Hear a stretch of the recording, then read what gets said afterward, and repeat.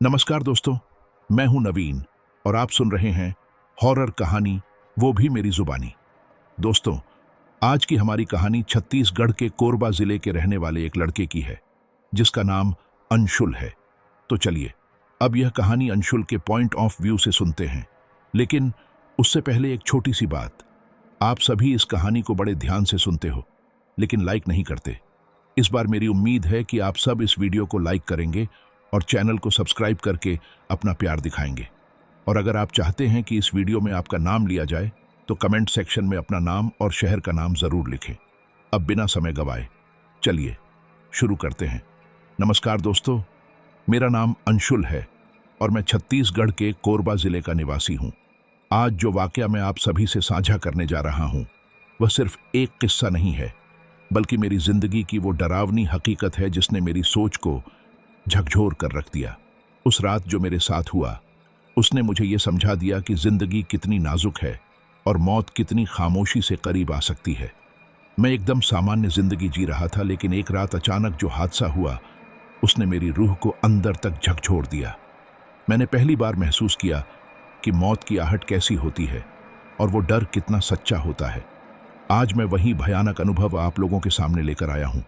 यह कहानी कोई बनाई हुई नहीं है, बल्कि मेरी जिंदगी के उस खौफनाक पल की झलक है जिसे मैं आज भी याद करता हूं तो रोंगटे खड़े हो जाते हैं। दरअसल यह घटना लगभग 4 साल पहले की है। उस समय मेरी कॉलेज की पढ़ाई अभी पूरी ही हुई थी, लेकिन घर की आर्थिक हालत देखकर मुझे काम ढूंढना जरूरी था ताकि मैं अपने परिवार की मदद कर सकूं, क्योंकि मेरे पिता एक छोटे से फल और सब्जी के ठेले पर काम करते थे, जिससे हमारे घर का गुजारा मुश्किल से चलता था। घर में माँ, पिता और मेरा छोटा भाई था जिसकी पढ़ाई चल रही थी। मैंने काफ़ी जगह नौकरी खोजी और आखिरकार मुझे एक डिलीवरी बॉय की नौकरी मिल गई। उस वक्त मुझे इस काम के बारे में ज़्यादा जानकारी नहीं थी, लेकिन मुझे पैसों की ज़रूरत थी और इसलिए मैंने वह काम करना शुरू कर दिया। इसलिए मैंने उस नौकरी को करना ठीक समझा और पहले दिन ही सब कुछ समझ में आ गया। मैंने नियमित रूप से डिलीवरी का काम शुरू कर दिया।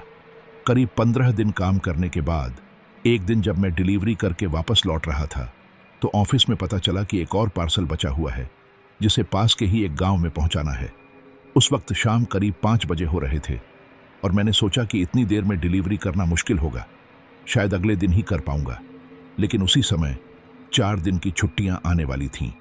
मेरे एक दोस्त जो उसी तरह का पार्सल दूसरी जगह पहुंचाने वाला था, उसने मेरी तरफ देखते हुए कहा, अगर तुम आज ही ये पार्सल पहुंचा दोगे तो छुट्टियों में कोई दिक्कत नहीं आएगी। उसने हल्की मुस्कान के साथ मेरी ओर देखा और बोला, देख, जो करना है कर, लेकिन अगर आज ये पैकेट नहीं पहुंचाया तो तुझे कल फिर ऑफिस आना पड़ेगा। फिर छुट्टी का क्या फायदा? मेरा तो मानना है कि अभी चला जा, डिलीवरी करके लौटा, क्या पता कल कोई और झंझट न खड़ी हो जाए। मैंने कुछ सोचते हुए कहा, लेकिन शाम तो हो गई है, उस गांव का रास्ता भी मुझे ठीक से नहीं पता और जब लौटूंगा तो रात काफी हो चुकी होगी। मुझे नहीं लगता अभी निकलना ठीक रहेगा। मेरी बात सुनकर उसने वो पार्सल उठाया, उसकी तरफ देखा और बोला, अरे भाई, वो गांव ज्यादा दूर नहीं है, पास ही में है, तू आसानी से जाकर वापस आ जाएगा। मेरा तो यही मानना है कि आज ही निपटा ले ये काम। मैं तो अपना पार्सल अभी लेकर निकल रहा हूं ताकि 3 दिन की छुट्टी में कोई टेंशन न रहे। उसकी बातों ने मुझे सोचने पर मजबूर कर दिया। आखिरकार मैंने भी फैसला किया, ठीक है, आज ही जाकर इस पार्सल को पहुंचा देता हूं, जिससे मुझे अगले 4 दिन आराम करने का मौका मिल जाए। मैंने वह पार्सल अपने हाथ में उठाया और बताए गए गांव के पते की ओर निकल पड़ा। उस वक्त ये सोचकर मैं बिल्कुल भी तैयार नहीं था कि यह निर्णय मेरी जिंदगी की सबसे बड़ी भूल साबित होगा। मुझे कोई अंदाजा नहीं था कि मेरे साथ क्या होने वाला है। बस यही ख्याल था कि 3 दिन की छुट्टियों में मुझे कोई परेशानी ना हो। डिलीवरी का काम शुरू करने के बाद से ही मैं हर जगह गूगल मैप की मदद से जाता था, क्योंकि आसपास के गांवों के रास्ते मुझे बिल्कुल भी नहीं पता थे। वहां जाना मेरा कभी अनुभव नहीं था, लेकिन अब काम की वजह से मुझे उस दिशा में जाना था। मैंने मोबाइल पर गूगल मैप चालू किया और रास्ते पर निकल पड़ा। चलते चलते मैंने घर पर फ़ोन किया और बताया कि आज लौटने में थोड़ा देर हो जाएगी। कॉल काटते ही मैंने एक बार गहरी सांस ली और आगे बढ़ता गया। मैं जल्दी से जल्दी वो पार्सल देकर घर लौटना चाहता था, इसलिए मैं रास्ते पर अपनी गाड़ी तेज रफ्तार से दौड़ा रहा था। लेकिन अचानक एक जगह ऐसा सुनसान और वीरान रास्ता आया कि मेरा दिल धड़कने लगा। कुछ आगे बढ़ा तो सामने 2 रास्ते दिखे। अब समझ नहीं आ रहा था कि किस तरफ जाना सही होगा, क्योंकि गूगल मैप भी रास्ता ठीक से नहीं बता पा रहा था। मैं सोचने लगा, कौन सा रास्ता उस गांव तक जाएगा। तभी मैंने अपने एक दोस्त को फोन किया, शायद उसे उस इलाके के बारे में पता हो, पर फोन रिसीव नहीं हुआ, कोई जवाब नहीं मिला। फिर मैंने ठाना कि अंधेरा होने से पहले वापस लौटना होगा, लेकिन किस रास्ते से लौटूं? इस सवाल के बीच मेरा मन बार बार एक रास्ते की ओर खींच रहा था, बिना किसी वजह के। मैंने सोचा यही सही रास्ता होगा और मैं उसी तरफ बढ़ गया। थोड़ी दूर चलने के बाद अचानक मुझे ऐसा लगा जैसे कोई मेरे पास से हंसता हुआ गुजर गया हो। मैंने चारों तरफ नजर घुमाई, लेकिन वहां कोई भी नहीं था। मैंने इसे अपनी कल्पना समझकर ज्यादा ध्यान नहीं दिया और आगे बढ़ता रहा। तभी रास्ते पर एक बूढ़ी औरत दिखाई दी। वह काली साड़ी पहने थी और हाथ में लाठी थामे धीरे धीरे आगे बढ़ रही थी। मैं उसके पास रुक गया और बोला, अम्मा, मुझे उस गांव जाना है। क्या ये रास्ता सही है या मैं कहीं गलत रास्ते पर तो नहीं आ गया? आप तो यहीं की रहने वाली होंगी, क्या आप मुझे सही दिशा बता सकती हैं? लेकिन वह औरत मेरी तरफ एक भी बार नहीं देखी, बस बिना बोले हाथ से आगे की तरफ इशारा कर दिया। मुझे उसकी यह ठंडी और अजीब हरकत देखकर थोड़ी हैरानी हुई। मैंने अपने आप से कहा, मुझे इससे क्या लेना देना? फिर मैंने फिर से गूगल मैप देखा, जो भी आगे की ही दिशा दिखा रहा था। मैंने उस बूढ़ी औरत की तरफ इशारा देखकर मन ही मन हिम्मत जुटाई और आगे बढ़ने लगा। चलते चलते अचानक मुझे ऐसा लगा जैसे किसी ने मेरे कान के पास कोई अजीब सी आवाज या शब्द कहा हो। मैं तुरंत चारों ओर देखने लगा, लेकिन वहां कोई नहीं था। मैंने सोचा शायद हवा के चलने की वजह से ऐसा महसूस हुआ। मैंने इस बात पर ज्यादा ध्यान नहीं दिया और रास्ते पर चलता रहा। थोड़ी देर बाद मैं एक घने जंगल के किनारे पहुंच गया। वहां पहुंचकर मेरी चिंता बढ़ गई, क्योंकि आगे कोई साफ रास्ता नजर नहीं आ रहा था। मैंने फिर से मोबाइल निकाला और गूगल मैप देखा, लेकिन मैप भी आगे का रास्ता ही दिखा रहा था। लेकिन जंगल में आगे कोई पक्का रास्ता नहीं था। पिछला रास्ता भी जैसे यहीं खत्म हो गया हो। अब मैं पूरी तरह उलझन में था कि आगे क्या करूं। तभी सड़क किनारे एक बूढ़ा आदमी बैठा दिखा। वह गर्दन झुकाकर एकदम शांत था। मैं उसके पास गया और विनम्रता से बोला, बाबा, मुझे सिद्धपुर गांव जाना है। क्या आप बता सकते हैं कि उस तरफ जाने का रास्ता कौन सा है? यहां तो कोई रास्ता साफ नहीं दिख रहा। उस बूढ़े आदमी ने मेरी तरफ एक बार भी नहीं देखा और कुछ कहा भी नहीं, बस अपनी गर्दन झुकाए बैठे रहा। वह काले रंग के कपड़े पहने था। फिर उसने अपना हाथ दूसरी तरफ इशारा किया। मैंने उस दिशा में देखा तो एक रास्ता नजर आया। मैंने कहा, ठीक है बाबा, मैं अब चलता हूं। अपनी बाइक लेकर मैं उस रास्ते पर चल दिया, लेकिन मन में एक अजीब सा सवाल उठ रहा था कि यहाँ के लोग कैसे हैं। सवाल पूछो तो जवाब नहीं, बस हाथ से इशारा कर देते हैं, कोई बात करने को तैयार नहीं। फिर भी मुझे तो बस रास्ता चाहिए था और वह तो मिला ही।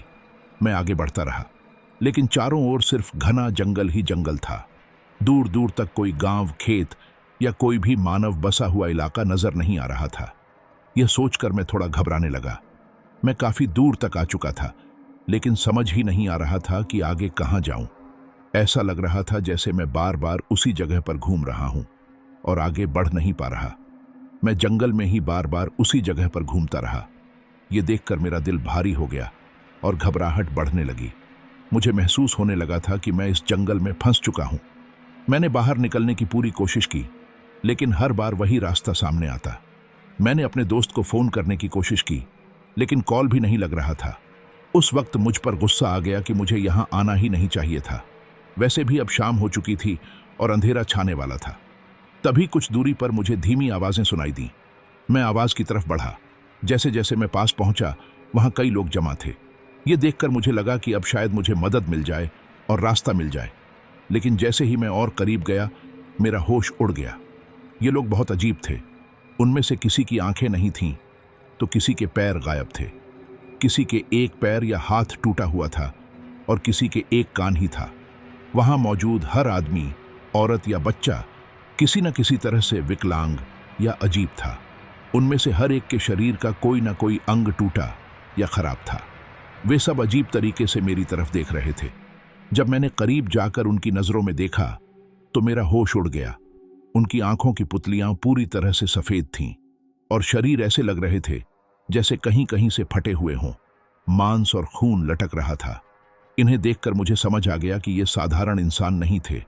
मैंने तो सिर्फ भूत प्रेत, चुड़ैल और डाकिनी जैसी बातें सुनी थीं, लेकिन अब शायद ये वही थे, ये जीवित नहीं थे।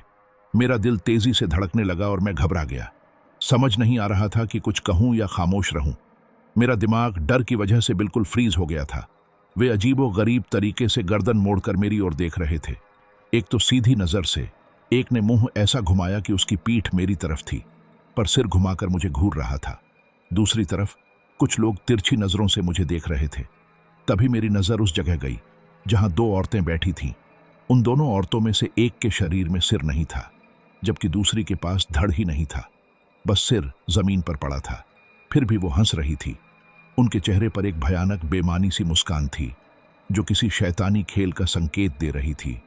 सबसे अजीब बात यह थी कि वहां मौजूद हर एक इंसान ने काले कपड़े पहन रखे थे, बिल्कुल एक जैसे, एकदम रहस्यमय और अशुभ।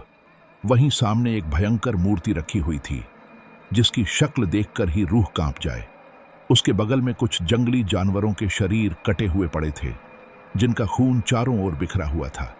आसपास काले जादू और तंत्र क्रिया में इस्तेमाल होने वाला सारा सामान बिखरा पड़ा था। नींबू, राख, काले धागे, हड्डियां और उल्टे लिखे मंत्रों से भरे कागज। ये सब देखकर मेरी रूह कांप उठी। तभी मेरी नजर मूर्ति के ठीक सामने रखी एक लाश पर पड़ी, और उसे देखते ही मेरी सांसें जैसे थम सी गईं। वह लाश मेरी अपनी ही थी। मैं स्तब्ध रह गया। मैं तो अभी जिंदा हूं, फिर ये कैसे हो सकता है? मुझे कुछ समझ नहीं आ रहा था। मेरा शरीर ठंडा पड़ गया था। दिल की धड़कन जैसे कानों में गूंजने लगी थी। फिर अचानक वहां मौजूद वो भयानक लोग अजीब सी गुर्राहट और चीख जैसी आवाजें निकालते हुए मेरी तरफ बढ़ने लगे। मैं डर के मारे तुरंत पलटा और जंगल की तरफ भागने लगा। जितनी तेजी से भाग सकता था भागता गया, पर यह कोई आम जंगल नहीं था। यह जैसे कोई भूल भुलैया था। मैं जितना भी भागता, कहीं ना कहीं फिर उसी जगह पर लौट आता। मैं पूरी तरह घबरा चुका था और समझ ही नहीं पा रहा था कि कौन सा रास्ता सही है। चारों तरफ वो डरावनी आवाजें गूंज रही थीं, जैसे भूत प्रेत चीख रहे हों, लोग रो रहे हों, और कहीं से चिल्लाहटें भी आ रही थीं। उस भयानक माहौल ने मेरा दिमाग हिलाकर रख दिया था। मैं थोड़ा आगे बढ़ा ही था कि अचानक मेरी सांसें थम सी गईं। सामने एक पेड़ से एक भयानक पिशाच उल्टा लटका था। उसका पूरा शरीर कटफटा हुआ था। आंखें लाल लाल चमक रही थीं, दांत लंबे लंबे थे और नाखून बेहद नुकीले। वो पिशाच मुझे देख रहा था, अजीब आवाजें निकालते हुए मेरी तरफ घूरने लगा। अचानक उसने झपट्टा मारा तो मैं डर के मारे पीछे हट गया। पिशाच पेड़ से कूदकर जमीन पर उतर आया और मेरी तरफ दौड़ने लगा। मैं पागलों की तरह भागा, बिना देखे कि रास्ता कहां जा रहा है। मेरे पैरों में जंगल के कांटे चुभने लगे, खून निकलने लगा, लेकिन मेरी फिक्र बस अपनी जान बचाने की थी। कुछ देर बाद मैंने देखा कि वह पिशाच अचानक कहीं गायब हो गया। मैंने सांस ली और रुक गया, क्योंकि मैं पूरी तरह थक चुका था। लेकिन मेरी राहत ज्यादा देर तक नहीं चली। हवा में से एक चुड़ैल उड़ती हुई आई। उसका पूरा चेहरा जला हुआ था, एक आंख नहीं थी और सिर पर बाल बिल्कुल नहीं थे। उसकी दहशत देखकर मेरा दिल धक से रह गया। वो चुड़ैल बड़ी ही भयानक लग रही थी। धीरे धीरे मेरी तरफ बढ़ते हुए अजीब सी आवाजें निकाल रही थीं, जैसे किसी भयानक भाषा में कुछ कह रही हो। जब वह मेरे करीब आई तो मेरा दिल तेजी से धड़कने लगा और मैं घबरा गया। तभी अचानक किसी ने मेरा पैर पकड़ लिया। मुझे इतना डर लगा कि मैंने जोर से झटका दिया और पैर छुड़ाकर दूसरी तरफ दौड़ पड़ा। तभी मैंने देखा कि घुटनों के बल चलते हुए एक और चुड़ैल मेरी ओर बढ़ रही है। उसके लंबे सफेद बाल थे, आंखें भी पूरी तरह सफेद, और शरीर एक हड्डी के ढांचे जैसा पतला था। वह जानवरों की तरह रेंगती हुई आ रही थी। मैं डर के मारे पीछे हटने लगा। उसी वक्त पेड़ से एक और उल्टा लटका हुआ पिशाच मेरी तरफ आ गया। उसकी एक आंख नहीं थी, एक हाथ भी नहीं था, लेकिन जो आंख थी वह पूरी सफेद चमक रही थी और उसकी लंबी जीभ बाहर निकल रही थी। मेरी नजर अचानक सामने के पेड़ों पर गई, जहां एक चुड़ैल जोर जोर से हंस रही थी और दूसरे पेड़ पर बैठी एक चुड़ैल जोर जोर से रो रही थी। उनकी ये आवाजें सुनकर मैं अपनी मौत को महसूस करने लगा। तभी वह पिशाच जो पेड़ से लटका था अपने नाखूनों से मेरा गला पकड़ने लगा। मैं फिर से घबराकर वहां से भाग पड़ा। भागते भागते मैं जंगल के बीच एक छोटे खुले मैदान में आ गया। मैं उस सुनसान मैदान में चारों ओर देखने लगा। न कोई भूत प्रेत दिखाई दे रहा था, न कोई अजीब आवाज सुनाई दे रही थी। कुछ पल के लिए माहौल शांत लगने लगा। मैं सोचने लगा, क्या ये सब खत्म हो गया है या ये महज एक और छलावा है। उसी वक्त मेरी नजर कुछ दूरी पर बैठे एक बूढ़े आदमी पर पड़ी। उसकी पीठ मेरी तरफ थी। मैं थोड़ी देर के लिए ठिठक गया। अब तक जो भी देखा था उसने मुझ में कोई भरोसा नहीं छोड़ा था, पर अब मैं थक चुका था, घबरा चुका था। किसी उम्मीद की तलाश में मैंने डर को नजरअंदाज किया और धीरे धीरे उसके पास गया। घबराते हुए हांफती आवाज में बोला, बाबा, मुझे बचा लीजिए, बताइए किधर जाऊं, वो लोग मुझे मार डालेंगे। उसने एकदम अजीब तरीके से सिर्फ अपनी गर्दन मेरी तरफ घुमा दी। उसका धड़ वैसे का वैसा बैठा रहा। मैं सन्न रह गया। वो कोई साधारण बुजुर्ग नहीं था। उसकी आंखें एकदम सफेद थीं, होंठों से खून टपक रहा था और उसका चेहरा वही था जो कुछ देर पहले हवा में उड़ते प्रेत का था। मेरे रोंगटे खड़े हो गए। मैं चीखते हुए पलटा और दौड़ पड़ा, लेकिन जैसे ही मैं भागा, वो पिशाच मेरी बगल में हवा में उड़ते हुए हंसता हुआ चल रहा था। उसकी भयानक हंसी मेरे कानों में गूंज रही थी। अब तो लग रहा था कि मेरा अंत निश्चित है, कोई नहीं बचा सकता। मैं मन ही मन ईश्वर को पुकारने लगा और तभी वो बूढ़ी औरत जो पहले रास्ते में मिली थी फिर से मुझे दिखी, ठीक सामने। और उसके पीछे धीरे धीरे चारों तरफ से भूत, पिशाच और चुड़ैलें मुझे घेरने लगीं। हर तरफ अजीब खौफनाक चेहरे। कोई हवा में उड़ रहा था, कोई जमीन पर रेंगता आ रहा था और कोई सिर्फ अपनी सफेद आंखों से मुझे घूर रहा था। अब मैं थक चुका था, अंदर से बिल्कुल टूट चुका था। डर मेरी हड्डियों तक जम चुका था। वे सभी भयानक प्राणी चिल्लाते हुए, कराहते हुए और दर्दनाक आवाजें निकालते हुए मेरी ओर बढ़ रहे थे। कुछ घुटनों के बल बढ़ रहे थे, कुछ जानवरों की तरह रेंग रहे थे, कुछ हवा में उड़ रहे थे तो कुछ पेड़ों से लटक रहे थे। उनके दांत लंबे लंबे और नाखून नुकीले थे। उनकी जीभें भी असामान्य रूप से लंबी थीं। उनकी इन डरावनी हरकतों को देखकर मैं फिर से भागने लगा। मेरा शरीर तो जैसे बेहोश था, लेकिन अपनी मौत को अपनी आंखों के सामने देखकर मैं भागना छोड़ नहीं पा रहा था। भागते भागते मैं बिल्कुल थक चुका था। अब चारों ओर घना अंधेरा था। जंगल में चीख पुकार और आवाजों का आतंक मचा हुआ था। मेरी सांसें उखड़ने लगीं और प्यास भी बहुत लग रही थी। थकावट से मैं एक जगह गिर पड़ा। तभी अचानक वे सभी भूत, पिशाच और चुड़ैल मेरे चारों ओर इकट्ठा हो गए। वे अपनी भयानक आवाजों के साथ मेरी ओर बढ़ने लगे। मैं डर के मारे खड़ा हो गया। पांव लड़खड़ाने लगे। गिरने ही वाला था, पर किसी तरह खुद को संभाल लिया। उनकी भयानक शक्लें मेरी आंखों के सामने थीं। डर के मारे मैं धीरे धीरे पीछे हटने लगा। पीछे हटते हुए मैं एक ऐसी जगह पहुंचा जहां नीचे से पानी की लहरों की आवाज आ रही थी। उस ठंडी शांत रात में ऐसा लग रहा था जैसे नीचे कोई नदी बह रही हो। मैंने सामने देखा, वे भयानक प्राणी बहुत करीब आ चुके थे। उनके लंबे लंबे नाखून मेरे ऊपर झुक रहे थे, जैसे मुझे पकड़कर नोच डालना चाहते हों, जबरदस्ती उठाकर ले जाने की कोशिश कर रहे हों। उनकी इन भयानक हरकतों को देखकर मैं सिहर उठा। मैं सोचने लगा, अब मैं क्या करूं, कहां जाऊं, क्या बच सकता हूं? उन भूत प्रेतों के हाथों बेरहमी से मरने से तो बेहतर था कि मैं खुद ही अपनी मौत को गले लगा लूं। इस ख्याल के साथ बिना किसी हिचक के मैंने उस ठंडी, तेज बहती हुई नदी में छलांग लगा दी। जैसे ही मैं पानी में गिरा, वे सारी चुड़ैलें और पिशाच अजीब सी चीखें मारने लगे। वे मुझे पकड़ना चाहते थे, लेकिन मेरी पकड़ से बच निकला। उसके बाद मुझे कुछ याद नहीं रहा। जब मेरी आंख खुली तो देखा कि मैं एक घर में खाट पर पड़ा था। बाहर सुबह की रोशनी फैल रही थी। खुद को जिंदा पाकर मैं हैरान और घबराया हुआ था। सोच रहा था, आखिर मैं कैसे बच गया और कहीं वे चुड़ैलें या पिशाच मुझे फिर से पकड़ न लें। मेरी बेचैनी तब और बढ़ गई जब एक आदमी कमरे में आया और मुझसे बोला, कैसे हो बेटा? घबराहट के मारे मैं कुछ नहीं कह पाया, बस उसकी तरफ नजरें गड़ाए रहा।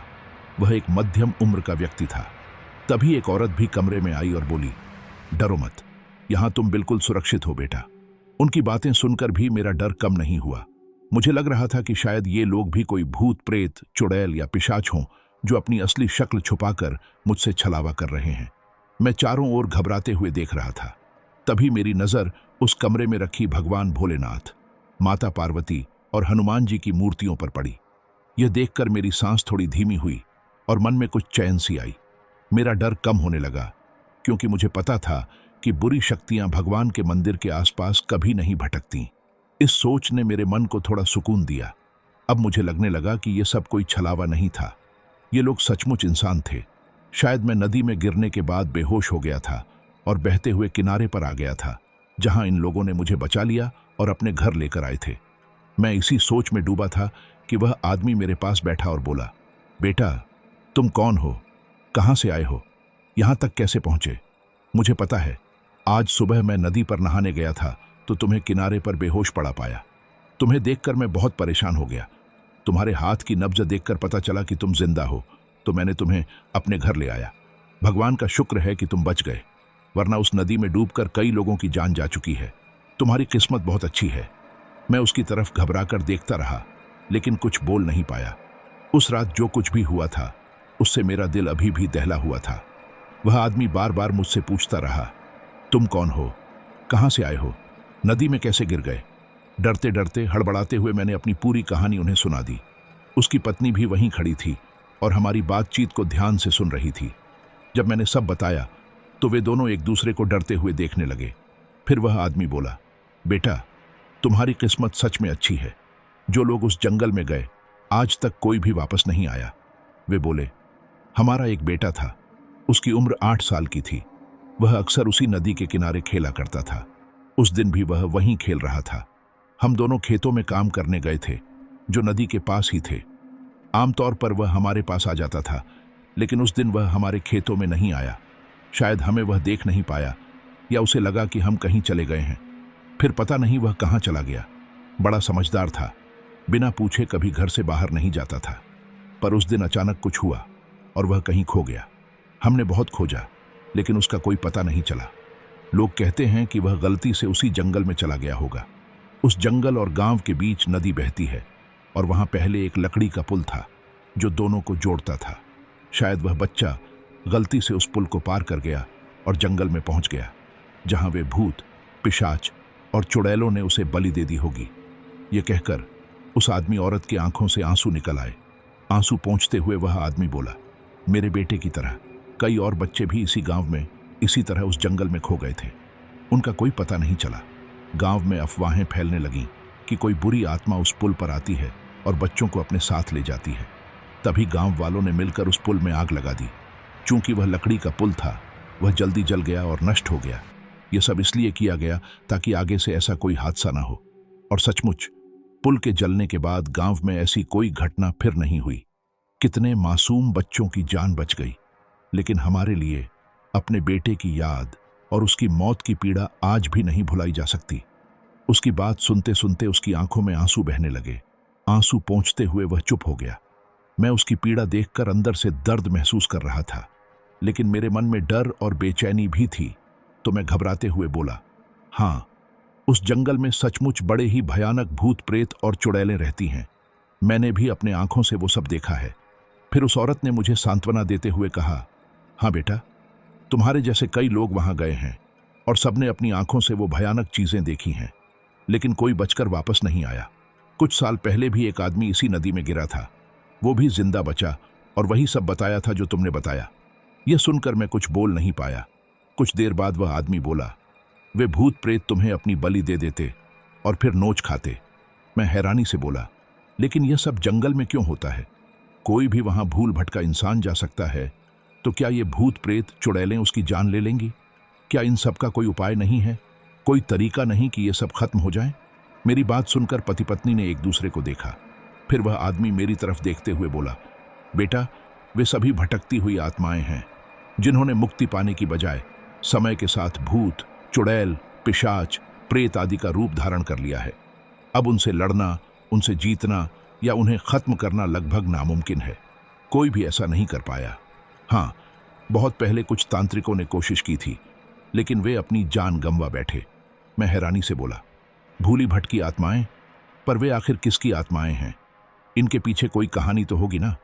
वह आदमी गंभीर होकर बोला, हर जगह के साथ कोई ना कोई कहानी जुड़ी होती है। यहां भी एक डरावनी और भयानक कहानी है जो आस पड़ोस के हर गांव में मशहूर है। इस वजह से कोई भी उस जंगल के पास जाने की हिम्मत नहीं करता। लेकिन बाहर से आने वाले लोगों को इसके बारे में कोई जानकारी नहीं होती, इसलिए वे जान गंवा बैठते हैं। मैं हैरानी से उन दोनों की तरफ देखता हुआ बोला, मतलब इन सब के पीछे कोई खास कहानी है? क्या है वह कहानी? वह आदमी गहरी सांस लेकर सोच में पड़ गया। फिर मेरी तरफ देखते हुए बोला, बेटा, यह बहुत पुरानी बात है जो मेरे दादा दादी और परदादा से मुझे सुनाई गई है। आज मैं तुम्हें वही कहानी बताता हूँ। कहते हैं जब राजाओं और महाराजाओं का राज्य था, उस समय इस जंगल में एक आदिवासी समुदाय रहता था। वे लोग पूरी तरह जंगली थे। बाहरी दुनिया से उनका कोई लेना देना नहीं था। अपनी मस्ती में मस्त रहते थे, जंगल में शिकार करते, जंगली फल फूल खाकर जीवन बिताते थे। समय के साथ जंगल में रहने वाले कुछ लोग बाहरी दुनिया में आने जाने लगे। बाहर की दुनिया को देखकर उनमें लालच जाग उठा। अब वे लोग अपने जंगल को छोड़कर आरामदायक और ऐशो आराम भरी जिंदगी जीना चाहते थे। लेकिन ये सब तब तक संभव नहीं था जब तक उनके पास राजा महाराजाओं जैसी दौलत और शक्ति न हो। पहले तो उनकी कोई ऐसी इच्छा नहीं थी, लेकिन जब चाह पैदा हुई तो वह इतनी तीव्र थी कि पूछो मत। धीरे धीरे आसपास के गांवों से बच्चे, पुरुष, महिलाएं गायब होने लगे। गांव वाले बहुत परेशान हुए और मुखिया ने इस बात की तहकीकात शुरू की। लेकिन एक दिन रहस्यमय तरीके से वह मुखिया भी गायब हो गया और उसकी लाश तक नहीं मिली। इस घटना ने पूरे गांव को हिलाकर रख दिया। लोगों में डर फैल गया और उन्होंने गांव छोड़ने का फैसला किया। यह खबर राजा तक पहुंची, जिसने अपने सैनिकों को भेजा कि इस रहस्य की जांच की जाए कि आखिर इन सब के पीछे कौन है। परंतु उन सैनिकों का कोई पता नहीं चला। यह देखकर राजा और भी चिंतित हो गया। उसने स्वयं इस रहस्य की तह तक जाने का निर्णय लिया। पता चला कि उसी राज्य के जंगल में रहने वाला आदिवासी समुदाय इस सब के पीछे था। वे लोग आस पड़ोस के गांवों से महिलाओं, बच्चों और पुरुषों को अगवा करके लेकर आते थे और अपनी काली शक्तियों के लिए शैतान को बलि चढ़ाते थे। साथ ही वे तंत्र मंत्र का अभ्यास भी करते थे। बाहर से देखने पर वे साधारण जीवन जीते प्रतीत होते थे, पर असलियत में उनका जीवन बड़ा रहस्यमय और भयानक था। लोगों को भ्रमित करने के लिए वे गांव-गांव भिक्षा मांगते या जड़ी बूटी बेचने के बहाने घूमते और अपने काले काम अंजाम देते थे। राजा ने इस सत्य को जानने के लिए जंगल से बाहर जाने वालों को पकड़वाया जो भिक्षा मांगने या जड़ी बूटी बेचने निकले थे। उनसे राजा ने कड़ी पूछताछ करवाई, जिससे पता चला कि वे काली शक्तियों के उपासक हैं और उनका उद्देश्य पूरे राज्य पर कब्जा करना है। इस भयावह सच्चाई के बावजूद राजा जल्दबाजी नहीं करना चाहता था। उसने अपने कुलगुरु से सलाह ली। कुलगुरु ने कहा कि इन आदिवासियों के कारण राज्य पर संकट छाया हुआ है। उनका नाश अनिवार्य है, नहीं तो राज्य की मासूम जनता खतरे में पड़ेगी। धर्म का अंत होगा और अधर्म की वृद्धि होगी। राजा को यह बात सुनकर गुस्सा आ गया। वह अपने राज्य और प्रजा की रक्षा के लिए तैयार था। उसने अपनी सेना के साथ मिलकर उन आदिवासियों के विरुद्ध हमला का निर्णय लिया। राजा ने जब कुलगुरु की सलाह मानी तो उसने जल्दबाजी में कोई निर्णय नहीं लिया। बड़ी ही सूझबूझ से योजना बनाई गई। जब हमला करने का समय आया तो राजा ने अपनी पूरी सेना को विशेष तैयारी के साथ जंगल की ओर रवाना किया। हर सैनिक के गले में भोलेनाथ का रुद्राक्ष पहनाया गया ताकि काली शक्तियों का कोई असर उन पर न हो सके। जैसे ही सेना ने आदिवासी समुदाय पर धावा बोला, आदिवासियों ने तंत्र मंत्र और काले जादू से बचाव की भरपूर कोशिश की, लेकिन रुद्राक्ष की दिव्य ऊर्जा के सामने उनकी तमाम कोशिशें नाकाम हो गईं। राजा की सेना ने कोई दया नहीं दिखाई। उन्होंने छोटे बड़े सभी को मार गिराया, क्योंकि उन आदिवासी बच्चों को भी शैतानी साधनाओं में प्रशिक्षित किया गया था। उनके भीतर करुणा और इंसानियत का कोई नामो निशान नहीं बचा था। जब पूरा समुदाय खत्म कर दिया गया तो जंगल लाशों से पट गया। राजा ने आदेश दिया कि उन सभी मृत शरीरों को एक साथ एक बड़े मैदान में एकत्र कर दिया जाए और वहीं अग्नि संस्कार कर दिया जाए, ताकि उनका कोई अंश भी शेष न रहे। राजा को लगा कि अब उस जंगल और राज्य से बुराई का अंत हो गया है, लेकिन असली कहर तो इसके बाद शुरू हुआ। मरने के बाद भी उन आदिवासी तांत्रिकों की आत्माएं मुक्त नहीं हो पाईं। उनका पिशाच रूप और भी शक्तिशाली हो गया। वे आत्माएं उस जंगल में भटकने लगीं और पहले से कहीं ज्यादा खतरनाक हो गईं। उस जगह को ही अपना अड्डा बना लिया। काले जादू की साधना अब आत्मिक रूप में और भी तीव्र हो गई। धीरे धीरे वे पिशाच आत्माएं एक एक करके राजा के उन सभी सैनिकों को मौत के घाट उतारने लगीं जिन्होंने उनके संहार में भाग लिया था, और अंततः उन राक्षसी आत्माओं ने स्वयं राजा को भी नहीं छोड़ा। कहते हैं कि उन्होंने राजा को पकड़कर अपने शैतान की बलि के रूप में चढ़ा दिया। उसकी लाश तक नहीं मिली। उस दिन के बाद से उस जंगल का नाम सुनते ही लोगों के रोंगटे खड़े हो जाते हैं। तब उस राजा के बेटे को सिंहासन सौंपा गया। उसने अपनी प्रजा और राज्य की सुरक्षा के लिए सभी तांत्रिकों और सन्यासियों को इकट्ठा किया।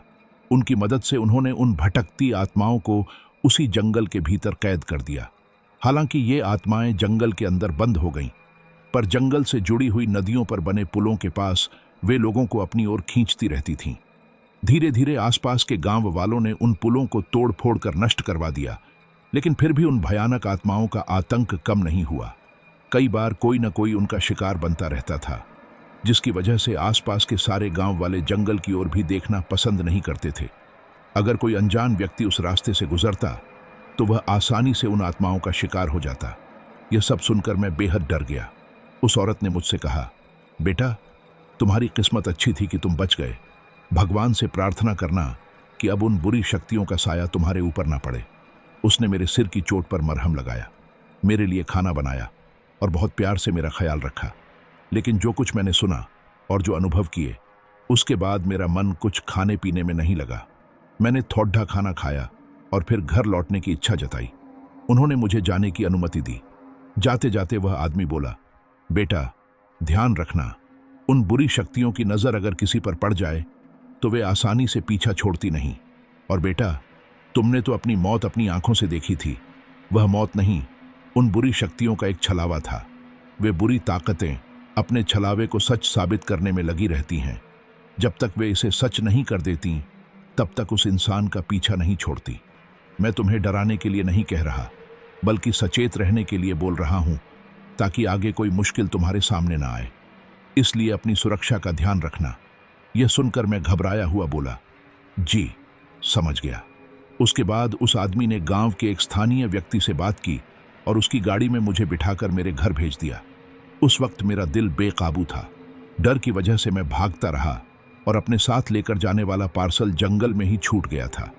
उस वक्त मुझे किसी चीज की कोई परवाह नहीं थी, लेकिन एक बात मुझे समझ में आई कि जिस गांव में मैं नदी पार करके पहुंचा था और जहां उन लोगों ने मेरी जान बचाई थी, वह वही गांव था जहां मुझे पार्सल पहुंचाना था। जब मैं घर पहुंचा तो देखा कि मेरे परिवार वाले बहुत परेशान थे। वे मुझे पागलों की तरह ढूंढ रहे थे। मेरी मां तो रो रो कर बेहाल थी। वे जब मुझे देखे तो दौड़ते हुए पास आए और मेरी हालत देखकर और भी चिंता में पड़ गए। उन्होंने मुझसे पूछा, तुम्हारे साथ क्या हुआ? लेकिन मैं इतना डरा हुआ था कि कुछ बोल नहीं पाया और बस रोता रहा। मेरे पापा ने बताया कि पिछले दिन से वे लोग मुझे फोन कर रहे थे, लेकिन मेरा कॉल कभी नहीं लगा। वे पूरी रात मेरी तलाश में लगे रहे, पर मेरा कोई पता नहीं चला। ऑफिस में मेरे दोस्तों से पूछताछ की तो पता चला कि मैं एक गांव में पार्सल देने गया था, लेकिन वापस नहीं लौटा। उस वजह से घर वाले बहुत परेशान हो गए थे और पुलिस में शिकायत करने की सोच रहे थे। लेकिन उससे पहले ही मैं अपने घर पहुंच चुका था। अपने परिवार वालों की परेशानियां देखकर और जो कुछ मेरे साथ हुआ था उसे याद करके मैंने हिम्मत जुटाई। हड़बड़ाते हुए मैंने उन्हें सारी सच्चाई बतानी शुरू की। उन्होंने ध्यान से मेरी बातें सुनी और फिर वे सब घबराने लगे। वे मुझसे बार बार कहने लगे कि मैं वह नौकरी छोड़ दूं। खुद मैं भी अब उस जॉब को जारी रखने के लिए तैयार नहीं था। जो हादसा मेरे साथ हुआ था उसने मेरे दिल दिमाग में एक गहरा डर बैठा दिया था। अब मेरे घर वाले मुझे चारों ओर से घेर कर बैठे थे। उनकी चिंता साफ झलक रही थी। मैं सोच रहा था कि अब मैं घर पर हूं तो शायद मुझे डरने की जरूरत नहीं है। वे बुरी आत्माएं मुझे यहां तक नहीं आ पाएंगी, क्योंकि मुझे बताया गया था कि उन्हें जंगल के अंदर ही कैद कर दिया गया है। फिर भी मेरे मन में एक घबराहट थी। सब कुछ ठीक होगा ना? उस आदमी ने यह भी कहा था कि भले ही वे आत्माएं जंगल में बंद हों, लेकिन जो कोई भी उस जंगल में जाता है और जिन पर उनकी नज़र पड़ जाती है, वे उसे छलावा दिखाती हैं, अपनी मौत की तस्वीर उसके सामने ला देती हैं और उसे जिंदा नहीं छोड़ती। मुझे यह बात समझ आ गई थी कि वे बुरी शक्तियां इतना आसानी से मेरा पीछा छोड़ने वाली नहीं थीं, लेकिन मैं यह बात घर वालों से छिपा रहा था ताकि वे और ज्यादा परेशान ना हों। शाम होते ही मेरी माँ ने मुझे अपने हाथों से खाना खिलाया। मैं अब भी बहुत डरा हुआ था, लेकिन माँ का वह सहारा मेरी थोड़ी हिम्मत बढ़ा गया। माँ ने अपने आंसू पोंछते हुए कहा, भगवान हमेशा तुम्हारी रक्षा करें बेटा, अगर तुम्हें कुछ हो जाता तो हम क्या करते। वह अपनी बात कहते हुए रो रही थी। मैंने अपनी माँ बाप को जो कुछ मेरे साथ हुआ था सब कुछ बता दिया था। उनके लिए इसे मानना थोड़ा मुश्किल था कि ऐसी बातें सच हो सकती हैं। कुछ बातें वे मान भी रहे थे तो कुछ पर शक कर रहे थे। लेकिन उनकी सबसे बड़ी चिंता यही थी कि अगर मुझे कुछ हो जाए तो वे क्या करेंगे। मैं अपनी माँ, पापा और छोटे भाई को देख रहा था। फिर पापा ने मुझसे कहा, अच्छा आराम कर लो। मैं थका हुआ था, इसलिए सोने चला गया। आंखें बंद की और जल्दी ही नींद आ गई। माँ बाप ने मुझे सोता देख अपने अपने कमरे चले गए। लेकिन कुछ ही देर बाद मुझे नींद में वह डरावनी आवाज सुनाई देने लगी, जिससे मैं घबराने लगा, पर आंखें खोल नहीं पा रहा था। मेरे सपनों में वही चुड़ैल और पिशाच मुझे पीछे से भागते हुए दिखे। यह देखकर अचानक मैं डर के मारे जाग गया। चारों तरफ देखा, लेकिन कुछ भी नहीं था। मेरी पूरी देह पसीने से भीग गई थी। पानी पीने के लिए पास रखे जग से पानी लिया और फिर से सोने की कोशिश की, पर जैसे ही मैं सोने ही वाला था, मुझे लगा कमरे में कोई चल रहा है। मैंने जल्दी से आंखें खोलीं और मेरी सांस अटक गई। मेरे सामने एक लंगड़ा पिशाच था जो धीरे धीरे मेरे कमरे में आ रहा था। मैं डर के मारे कुछ बोल भी नहीं पा रहा था। तब दूसरी तरफ खिड़की से घुटनों के बल चलती हुई एक चुड़ैल आई, जिसके सिर पर बिल्कुल भी बाल नहीं थे। उस चुड़ैल का चेहरा पूरी तरह जल चुका था। उसके दांत बड़े बड़े और भयंकर थे। जीभ भी बाहर लटकी हुई थी। उसके हाथों के नाखून लंबे लंबे और खतरनाक लग रहे थे और पूरा शरीर जलने और कटने के निशानों से भरा था। वह धीरे धीरे मेरी तरफ बढ़ रही थी। यह देखकर मेरा दिल जोर जोर से धड़कने लगा और मैं घबराने लगा। लेकिन मैंने हिम्मत जुटाई और जोर से चिल्लाने लगा। मेरी आवाज सुनकर मेरे परिवार वाले तुरंत कमरे में आ गए। तभी वह चुड़ैल और पिशाच कहीं गायब हो गए। उस वक्त मैं बहुत डर गया था। मेरी माँ मेरी हालत देखकर पूछने लगी, बेटा क्या हुआ, कुछ देखा क्या, बुरा सपना तो नहीं था? लेकिन मैं घबराहट की वजह से कुछ बोल नहीं पा रहा था। मन ही मन मुझे लग रहा था कि शायद मैं अब जिंदा नहीं बच पाऊंगा। इतना डर था कि आवाज तक नहीं निकल रही थी। मेरे परिवार वाले उस रात मेरे साथ ही रहे। अगली सुबह भी मैं बहुत डरा हुआ था। मैं अपनी माँ और घर वालों को अपनी निगाहों से दूर नहीं होने दे रहा था। मेरी हालत देखकर वे बेहद चिंतित हो गए थे। उन्होंने जबरदस्ती मुझे थोड़ा बहुत खाना खिलाया। मैं बार बार दरवाजे और खिड़की की तरफ देख रहा था। अब सोने का भी मन नहीं था, डर लग रहा था। दोपहर में मेरी माँ ने मुझसे कहा, बेटा थोड़ा आराम कर लो वरना बीमार हो जाओगे। मैं घबराते हुए बोला, नहीं। तो माँ ने मुझे तसल्ली देते हुए कहा, मैं हूं ना बेटा, मैं यहीं तुम्हारे साथ हूं, अब सो जाओ। मैं बिस्तर पर लेट गया, लेकिन घबराते हुए आंखें बंद की। फिर मेरी आंखों के सामने वही भयानक चेहरा उभर आया। मुझे ऐसा लगा जैसे कोई विशाल पिशाच मेरे ऊपर झपट्टा मार रहा हो। मैं डर के मारे अचानक जाग गया। माँ ने प्यार से कहा, बेटा मैं हूं, डरना मत। मैं घबराते हुए उसकी तरफ देखने लगा। अब तो मुझे अपनी आंखें बंद करने में भी डर लगने लगा था कि पता नहीं कब और क्या हो जाए। फिर भी मैं मम्मी का हाथ पकड़कर थोड़ी देर में गहरी नींद में सो गया। शायद मम्मी ने मुझे सोता देख कोई काम के लिए उठना पड़ा और वहां से चली गई, लेकिन मुझे इसका पता नहीं था। तभी मेरे कानों में किसी भयानक आवाज की गूंज होने लगी। उन आवाजों को सुनकर मैं घबरा उठा।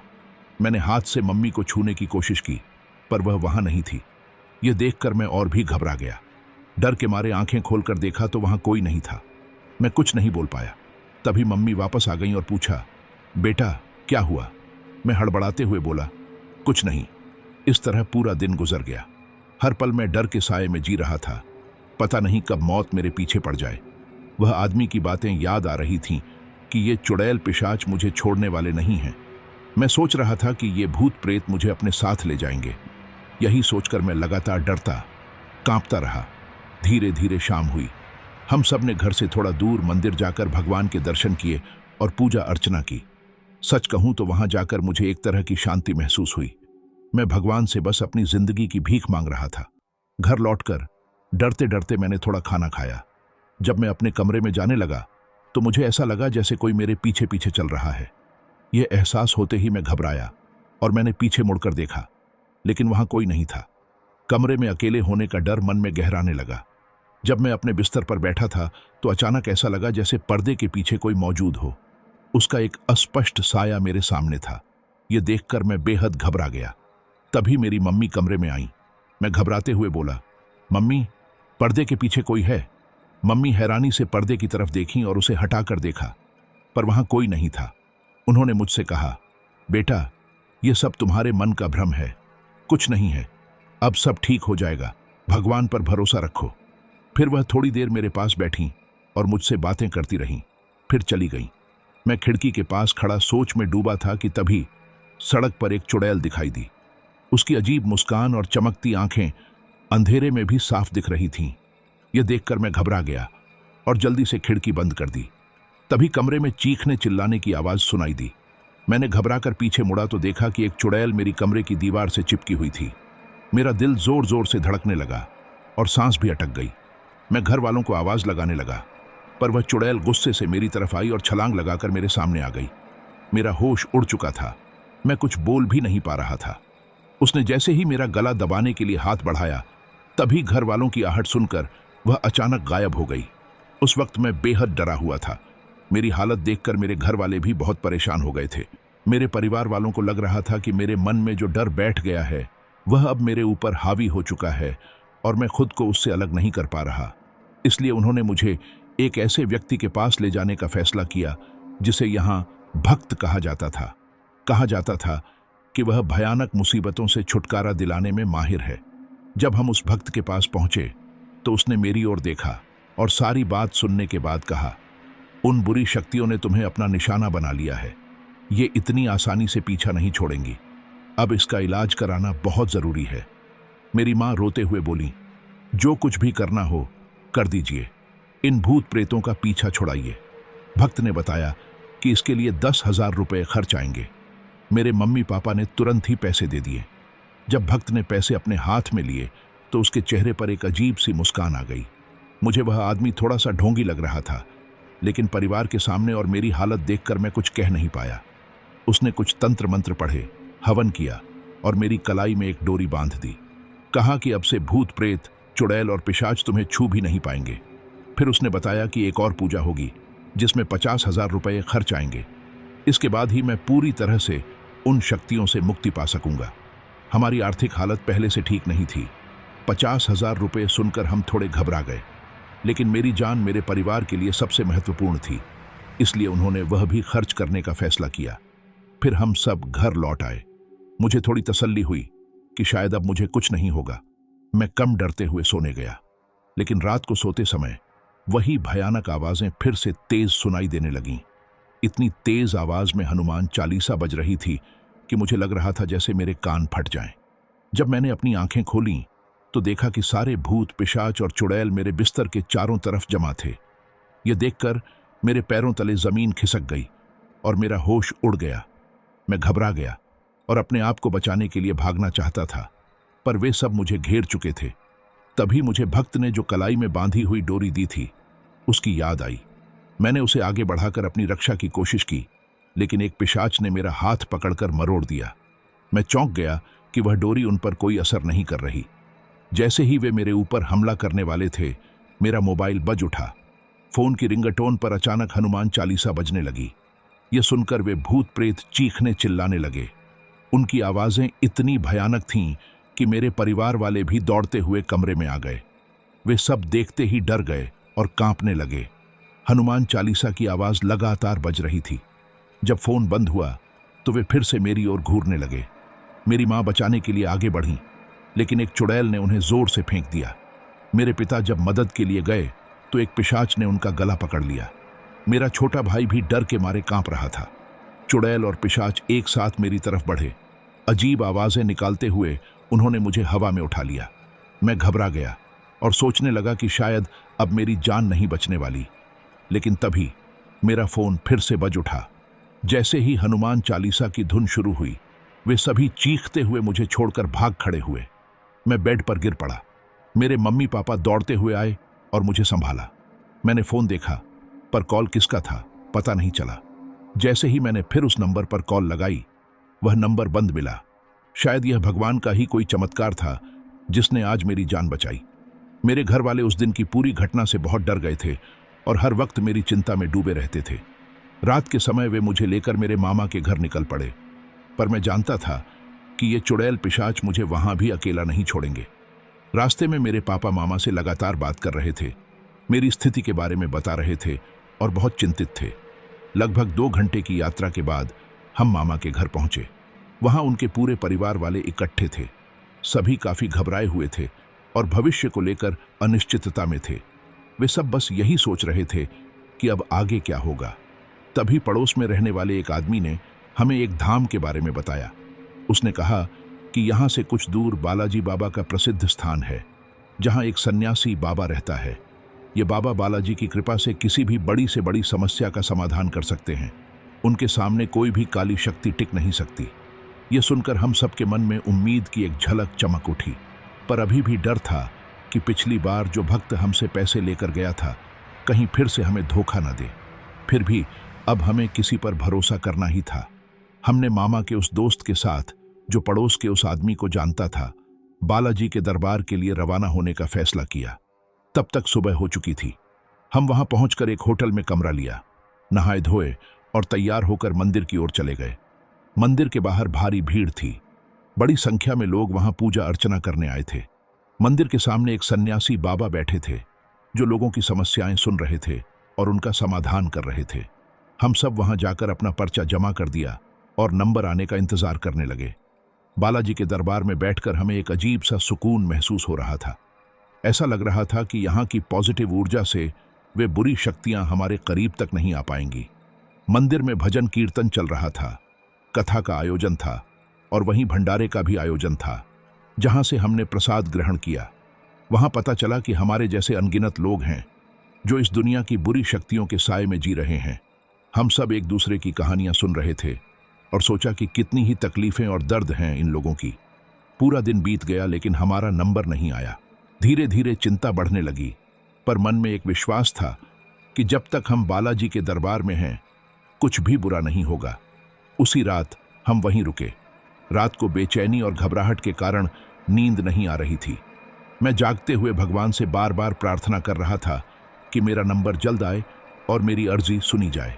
सुबह हुई और शायद भगवान ने मेरी विनती सुन ली थी, क्योंकि पहला नंबर मेरा ही था। सन्यासी बाबा के पास जाकर जब मैंने अपने दुखड़े सुनाने शुरू किए तो वह बोले, क्यों आए हो तुम यहाँ? मैं घबराते हुए कुछ कह नहीं पाया।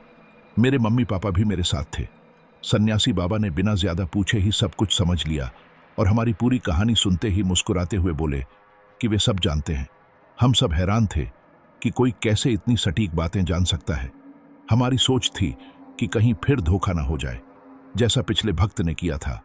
तब सन्यासी बाबा ने कहा, बेटा, तुम बालाजी के दरबार में आए हो, यहां तुम्हारे साथ कभी कोई बुरा नहीं होगा। फिर उन्होंने हमें मंत्र जाप करने को कहा। हम सब बैठकर उनके साथ मंत्र पढ़ने लगे। मंत्र पढ़ते हुए ऐसा लग रहा था जैसे हमारे अंदर एक नई ताकत भर रही हो।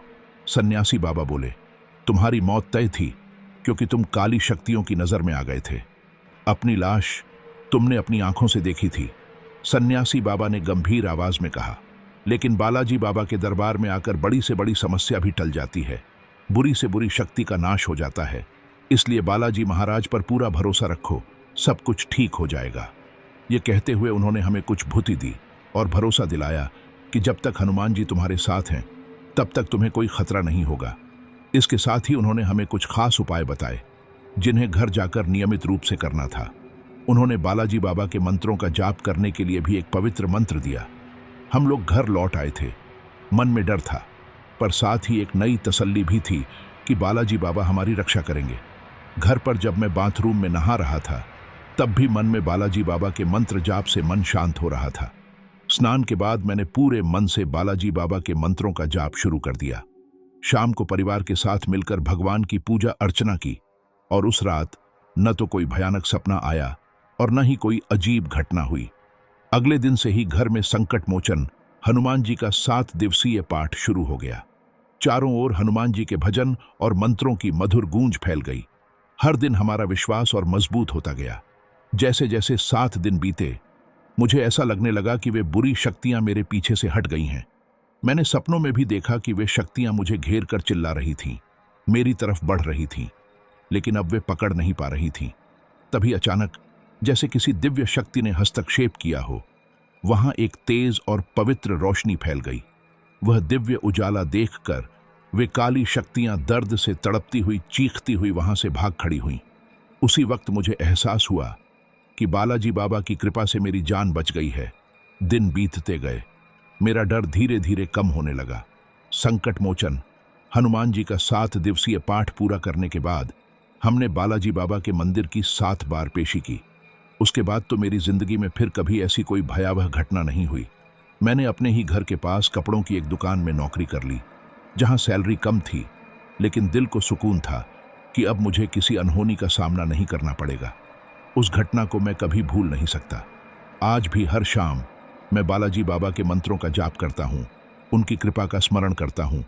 जब भी उस भयानक अनुभव के बारे में सोचता हूँ तो एक पल के लिए डर उतर आता है और मैं मन ही मन हनुमान जी के मंत्रों का जाप शुरू कर देता हूँ। मैं यह सच्ची घटना आप सबके साथ इसलिए साझा कर रहा हूँ क्योंकि बहुत से लोग डिलीवरी बॉय या ऐसे काम करते हैं जिनमें अनजान जगहों पर जाना पड़ता है। मेरी आपसे विनती है कि कभी भी किसी अनजानी जगह जाने से पहले पूरी जानकारी जरूर हासिल करें, क्योंकि हमारी जल्दबाजी, हमारी लापरवाही, हमारी छोटी सी भूल हमारी जान पर भारी पड़ सकती है। शायद मेरे माँ बाप की दुआओं का असर था कि मेरी जान बच गई, लेकिन किस्मत हमेशा मेहरबान नहीं होती और हर किसी पर नहीं होती। इसे अपने दिल में हमेशा उतार लेना चाहिए। तो दोस्तों, आपको हमारी यह कहानी कैसी लगी? अगर आप ऐसी और दिलचस्प कहानियां सुनना चाहते हैं तो हमारे चैनल को सब्सक्राइब करना बिल्कुल न भूलें।